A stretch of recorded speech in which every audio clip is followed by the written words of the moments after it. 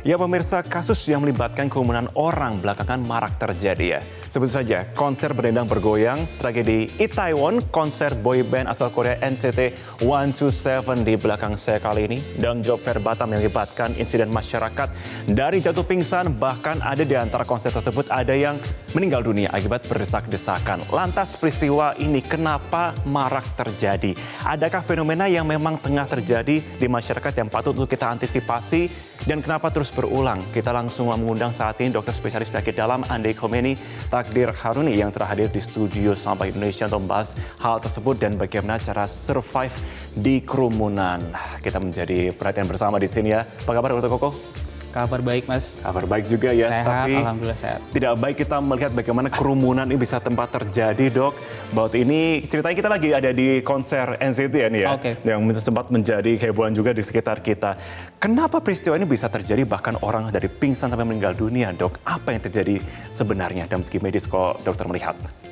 Jadi gini, kalau kita lihat ya, kalau kita mengambil sampelnya adalah kejadian di Itaewon. Ya. Itaewon itu ada ribuan orang yang berjubel di dalam satu event. Ya. Mungkin puluhan ribu bahkan. Betul, Nah, belasan ribu. ada gitu ya. penjelasan dari yang saya sempat baca juga bahwa itu lorong. Sebenarnya ada lorong ya, banyak ada jalan, kemudian ada lorong-lorong yang juga ikut penuh. Ada lorong sebenarnya di mana di situ paling banyak korban jiwanya. Betul. Di situ menurut orang yang biasa ke sana atau mungkin tinggal di situ, kalau di situ diisi 10 orang, lorong itu sebenarnya udah kelihatan penuh. Nah, kemudian pada saat kejadian itu kan isinya, kalau kita lihat rekaman dari video itu isinya ratusan orang. betul. Nah, yang terjadi di sini yang paling bikin kemudian banyak orang jadi korban itu yang pertama mungkin hipoksia. Hipoksia itu kayak berkurangnya oksigen yang mengalir dalam darah dan terutama yang ikut memberikan tenaga oksigen itu untuk dipakai di otaknya. Asupan oksigen kepada otak berkurang di sana. Berkurang. Nah, ini kan kemudian bisa jadi juga sambil desak-desakan ada yang jatuh, terinjak-injak. Kira-kira seperti itulah gambaran kasarnya ya. Faktor panik pun juga mempengaruhi asupan oksigen kepada otak begitu ya. Faktor paniknya justru lebih berpengaruh ke sampai mereka jatuh. Mungkin kalau dia masih berdiri, orang-orang itu masih berdiri ya, dia masih bisa antisipasi sehingga tidak kemudian dia lebih mendapatkan trauma, tidak terinjak-injak. Tapi kalau dia sudah panik, kan dia misal, oh ini udah ngap banget ya. Nah, betul. Udah sesak, kemudian berdesakan, kemudian juga seperti nggak ada jalan keluar kan, gitu ya. Kok dilihat videonya kan. Sebagian orang yang mungkin tinggi badannya itu lebih pendek dibandingkan yang lain, itu mungkin sudah tidak menjejak tanah karena ikut arus itu. Nah, ini kan bisa rentan untuk jatuh juga. Di saat momen mereka terbawa arus, ada dari mereka yang kemudian sudah tidak sadarkan diri, ada yang kemudian bahkan sudah kehilangan kesadarannya, ya kemudian bahkan ada yang batuk-batuk, sesak nafas, bahkan jantung. Kenapa bisa terjadi, Dok? Apakah dorongan pada waktu arus itu sendiri memicu tentunya penyakit, organ dalam kita akhirnya menimbulkan reaksi seperti itu? Kita sebenarnya tidak bisa langsung menyimpulkan, Mas Marvin, karena saya nggak di sana, kita cuma melihat rekaman video, kemudian juga tidak melakukan pemeriksaan langsung. Tapi dari kejadian ratusan orang yang berjubel di dalam lorong sempit itu sebenarnya hipoksia adalah main faktor, ya, faktor utamanya. Tapi kenapa dia sampai hipoksia dan kira-kira apa konsekuensi berikutnya setelah hipoksia itu ada banyak. Ada banyak kemungkinan. Misal dia kemungkinan ada gangguan irama jantung, bisa. Ya, tapi kan kita nggak periksa ya. Betul. Terus kemudian bisa jadi ada namanya yang kita sebut pneumotoraks. Jadi kayak trauma, kemudian ada patah tulang. Kemudian paru-parunya ikut terganggu perkembangannya, jantungnya juga. Nah, itu hal-hal kayak gitu yang bisa terjadi. Juga kemungkinan ada emboli paru, serangan jantung pada tempat itu. Belum kalau kita pertimbangkan faktor risiko dari orang-orang ini. Kita kan nggak tahu dari ratusan atau ribuan orang itu apakah mereka semua sehat. Iya, betul. Atau ada penyakit komorbid tertentu. Nah, kan nggak semua juga yang kemudian nggak bertahan ya. Betul. Misal dia obesitas, kita ada faktor lain di sana ya. Jadi begitu banyak faktor dan kayaknya yang mungkin paling penting ya, kayak home message di awal nih ya, adalah hindari kerumunan. Hindari kerumunan, oke. Nah, Dok, kita mungkin akan langsung masuk kepada salah satu apa ya bisa dikatakan bentuk antisipasi dari masyarakat ya. Dikatakan memang ada studi dari luar, ada juga kemudian praktek dari sejumlah praktisi di luar negeri karena peristiwa Itaewon ini bukan jadi yang pertama, beberapa kali pun juga sempat terjadi. Ada 4 langkah yang sudah sempat kami kutip bersama mengenai langkah-langkah antisipasi. Tapi coba nanti kita akan cross check ya Dok ya mengenai ini bagaimana dalam segi kesehatan itu apa yang penting ya. Nah, itu kita akan coba hadirkan bersama beberapa data-data pemirsa yang sudah kami himpun tentunya untuk Anda. Yang pertama ini ada 4. Yang pertama adalah ketika pada waktu kita berada di dalam arus kerumunan itu, yang pertama adalah tinggalkan barang bawaan Anda untuk bisa kemudian segera cari bergerak dari tempat aman. Digambarkannya kalian coba untuk bisa melihat ataupun menuju ke lokasi yang kiranya lebih aman, kosong, sepi di sana atau kiranya tidak akan terkena arus tersebut.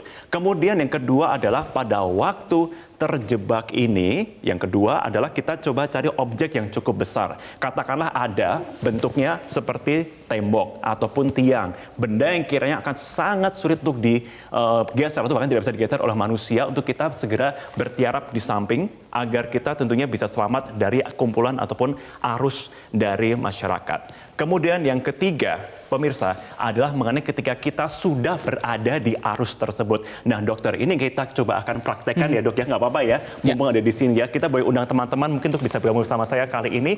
Kita akan coba praktekkan pemirsa mengenai bagaimana cara jika kita sudah terlanjur yang ada di dalam konser. Oke, terlanjur. Teman-teman boleh kita bergabung bersama dengan saya dan di sini. Oke, dokter. Oke, silakan kita posisi tadi.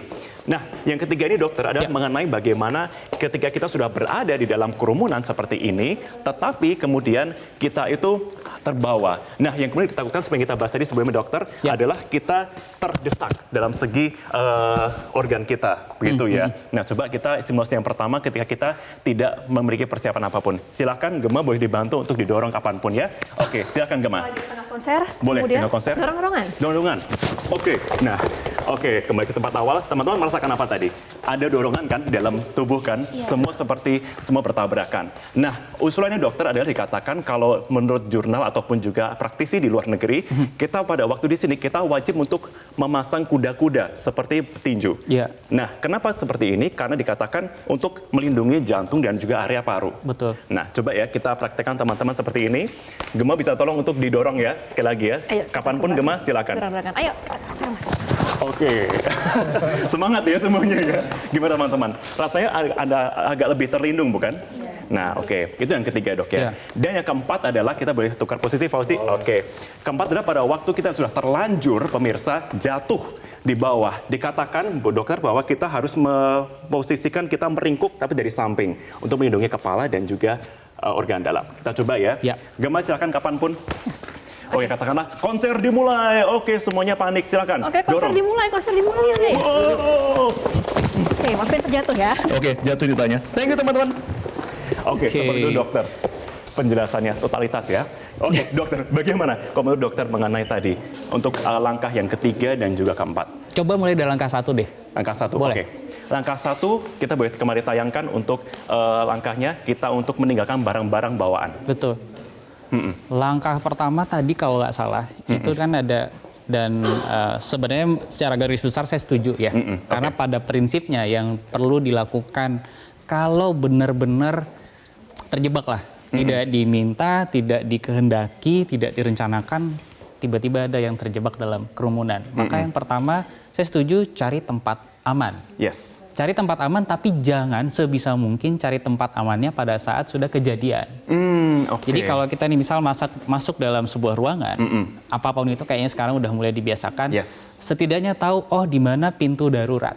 Sama kalau kita naik pesawat, kan itu para pramugara udah jelasin ada pintu darurat, jendela darurat dan lain-lain. Nah, siapapun sekarang sebaiknya sudah tahu kira-kira pintu daruratnya atau tempat di mana saya bisa berlindung ya. Kalau tiba-tiba kejadian dia udah tahu, saya mau ke sana. Kalau tiba-tiba ini rame nih, ada orang dari arah belakang barangkali, saya sembunyinya di sini nih.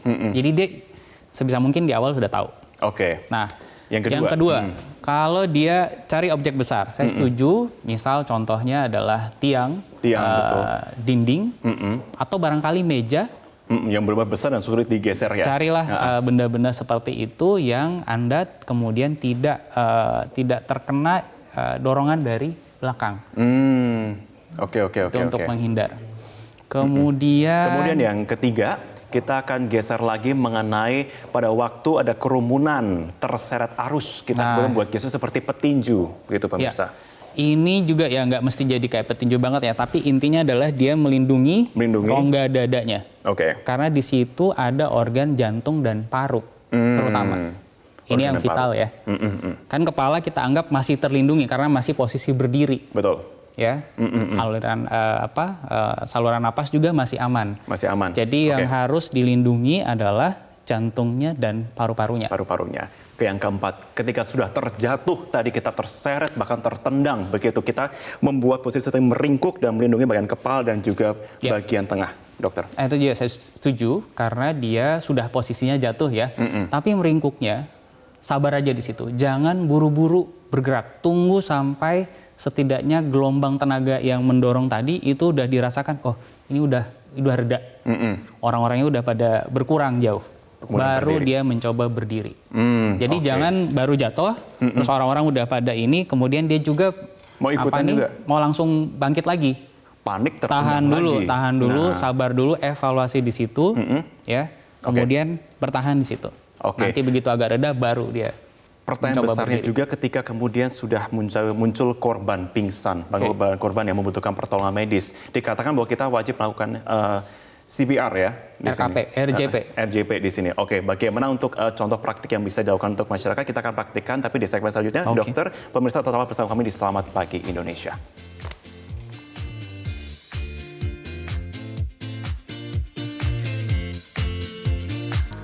Baik, Anda masih bersama kami sampai Indonesia. Dr. Koko, kita lanjutkan pembahasan kita. Tadi kan kita sudah membahas pada waktu sebelum kejadian jatuh. Saat ini jika muncul korban yang membutuhkan bantuan untuk pacu jantung ya kita sebutnya ya.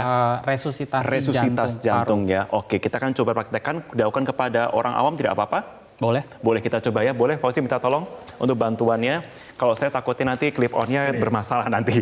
Silakan. Kepala sebelah sini posisinya. Berarti arah mana enaknya, dokter? Atau kepala sebelah sini? Gini. Boleh, mana aja. Boleh. Sini ya. Dokter. Pertama yang perlu diketahui adalah di mana posisi sang penyelamat yang memberikan bantuan. Ada di sebelah mana sebaiknya, dokter? Si penyelamat harus mengakses ya. Ada dua yang harus dinilai kalau ketemu dengan orang yang tidak sadarkan diri. Pertama, kita evaluasi dulu kondisi orangnya. Misal apakah situasi di sekelilingnya itu sudah aman belum?